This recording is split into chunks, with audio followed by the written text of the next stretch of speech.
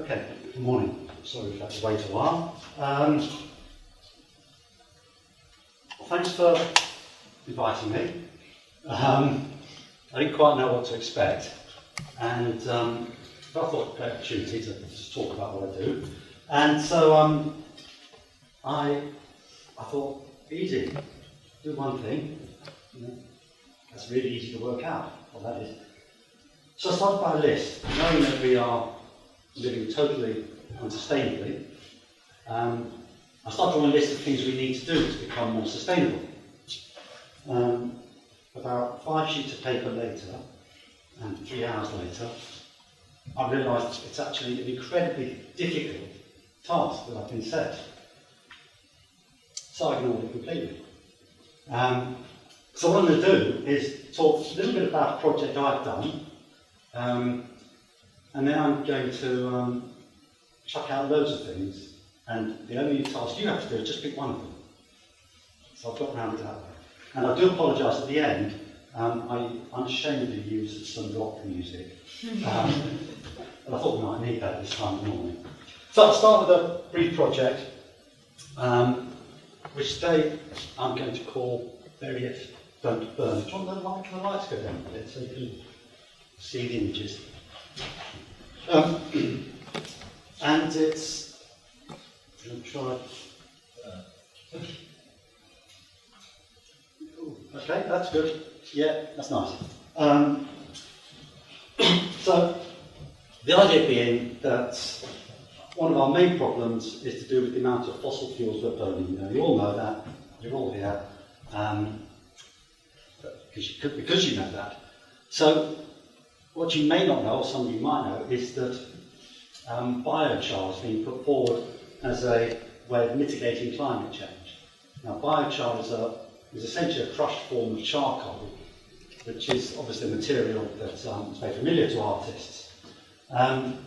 So, as an art project, what I did was get out there and make some charcoal. So this is my charcoal burner, and that's myself and a colleague in the woods making charcoal. Science is really simple. There's another one, I thought you'd like that, simply for Emily's sake. We did it at the Eden Project as well. So the process is simple. You get wood or any other organic material, put it in a burner, get the thing going, and once it's all ignited, you shut down the air going into the furnace. And what that does, it keeps burning, but instead of releasing gas as carbon dioxide, which we know is the problem, it locks the carbon in. So what you get out of this after, once it's cooled down, is essentially a pretty pure form of carbon. So rather than carbon escaping the atmosphere, you've got it locked. Now, why this is interesting in terms of mitigating climate change is that you can then bury this carbon, and it stays stable under the ground for many, many years, possibly centuries. So rather than having carbon escaping the atmosphere by burning fossil fuels, we sort of reverse that equation. So we're putting the carbon content of fuel, in this case it was wood, back into the ground. I got particularly interested in this when I was doing some research in the Amazon, where the indigenous pre-Columbian people there had turned very poor soil into very rich soil for farming by the incorporation of what we would now call biochar, essentially charred organic matter. To understand the science, so I explain that clearly enough. I'm not a scientist, but it's sort of basic, carbon exchange.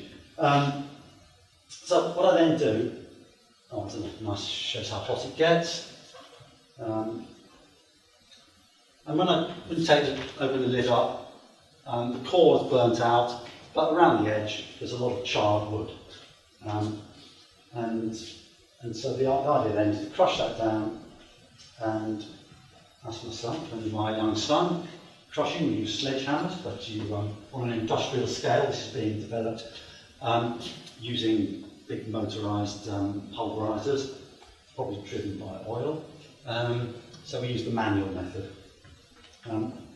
Crush it down, and then people take it away and bury a 1 kilogram bag of it in their garden, their allotment, or wherever they like, scatter it on the ground somewhere. Come in, come take a seat. And the idea is that this 1 kilogram bag isn't going to save the planet, but it's a gesture and it's an art action, and it's about raising awareness and about trying to offset my own Western consumer lifestyle.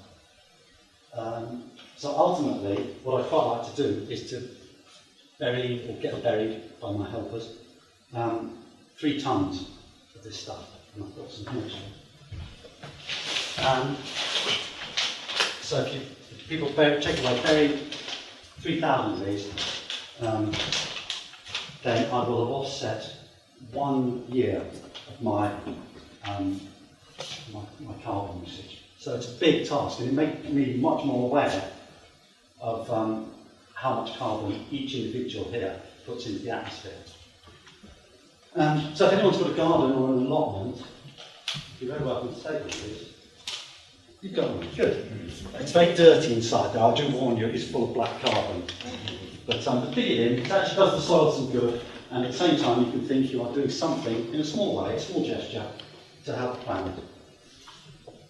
It also tours as an art exhibit, so this is a sculptural packing case, which takes 12 of these bags around the world.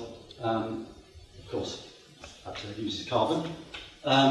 And inside the instructions on, which essentially printed on the bag as well. So that's a project I did as an artist. I've done many other similar things, but that's the one I want to talk about today. But that's not telling you what to do, is it? So, what I thought you should do, and everyone should do, once I whittled my long list down, I thought that's probably the most important thing we can all do. We need to find out what's happening in the world. We need to find out what are the issues, what's the problems, how can we deal with it. And I assume you're all doing that because you're all here, but how do we get other people to do it? So anyway, I was just going to go through my list, and what I would suggest is, rather than me tell you what to do, because you're probably doing many of it, much of it already, you just pick one of these things. Okay? So, this is the point where I've put Lou Reed.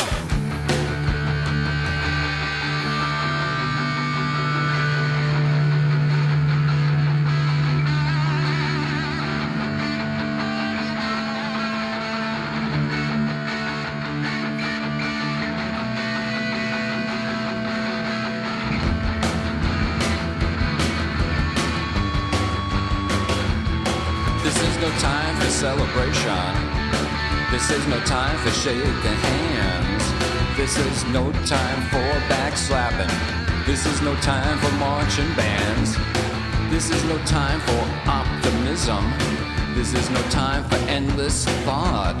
This is no time for my country, right or wrong. Remember what that brought. There is no time. There is no time. There is no time. There is no time. This is no time for congratulations. This is no time to turn your back. This is no time for circumlocution. This is no time for learned speech. This is no time to count your blessings. This is no time for private gain. This is a time to put up or shut up. It won't come back this way again. There is no time.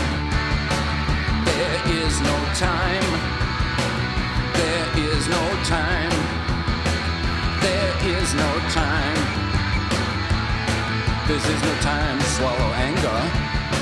This is no time to ignore hate.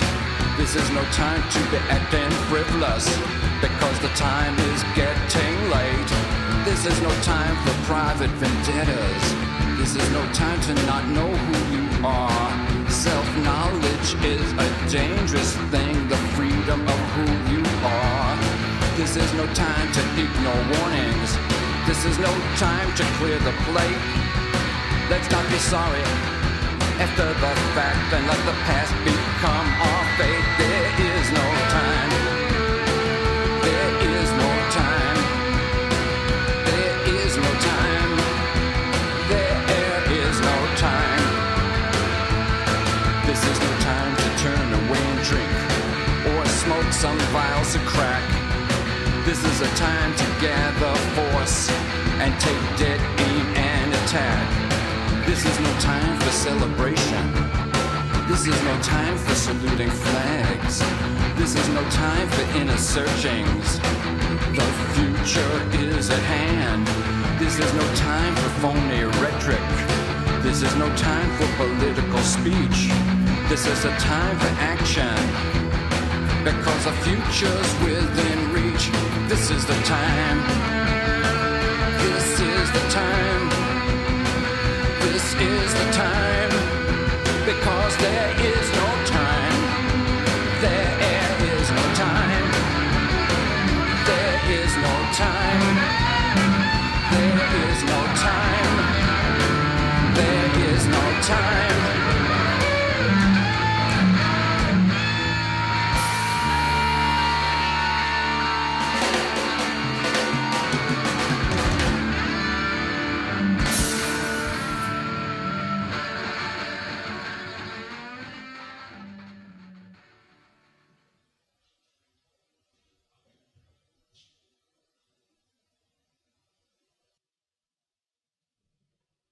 That's it. Thank you.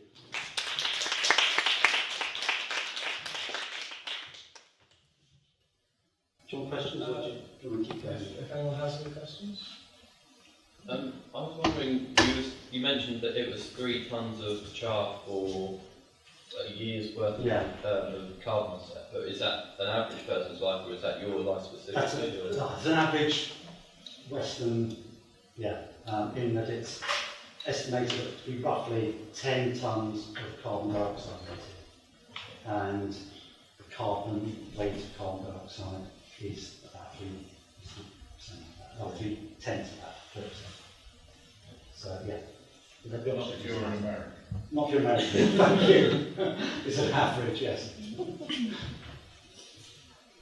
What is fracking? Fracking. Yeah. I don't know if you know. Fracking is the what's it stand for? It's hydraulic fracturing, which is basically where they to extract gas is sort of locked. There's an expert there, so you can ask him properly. I'll tell you the artist's interpretation. It's where gas is locked in porous rocks underground. You can't just drill a hole and out it pours. So they have to pump in water and a toxic brew of chemicals in order to squeeze the gas out. It's highly controversial, partly because it destabilises the ground, partly because you're ending up with chemicals in the watercourse. There's a wonderful film called Gasland, yeah, American film. And there's a great little clip in that where someone's turning on their tap and can actually, instead of water coming out, they can ignite the gas. So the gas has got into the watercourse, and big campaign in America against it, and yet it's now being rolled out in this country, or being pushed. So I think it's Cumbria or Lancashire. To the north. I don't think it's going to happen down in Cornwall because it's all ground, isn't it? There's no gas. But it is something that, as governments are getting more and more desperate to find the last viable bits of fossil fuels, they're resorting to ever nastier and dirtier tactics to get out of the ground.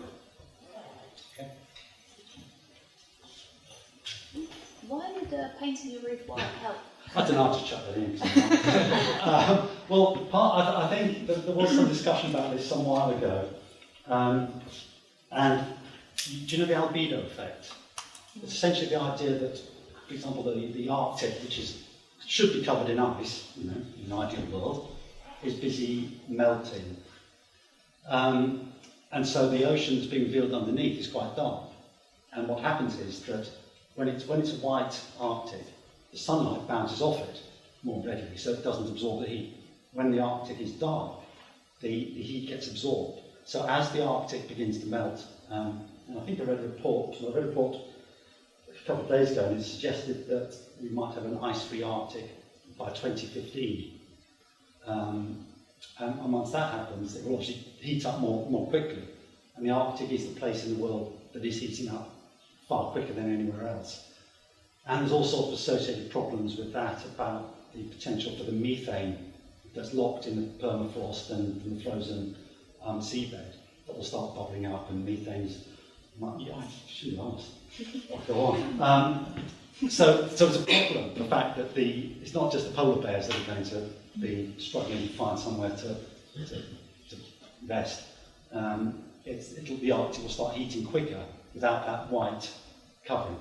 So it was being put forward as a sort of serious suggestion that everyone should just paint their rooms white to help reflect the sunlight and keep the planet a bit cooler. Yeah. Probably better to put a green roof on in the first place, but painting might be an option. But wouldn't that just have a local effect? Like, well, no one lives in the Arctic really. I mean, there's a few, but with the painting roofs white, I mean, it would lower the temperature overall, but given the state of the Arctic, I'd imagine it would still. You've got to paint a lot of roofs, yeah.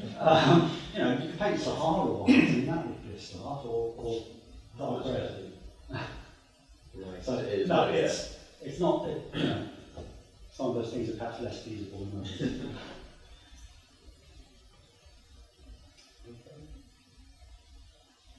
Is that everything? Any other questions? No? Okay, well, yeah, thank you very much. Okay.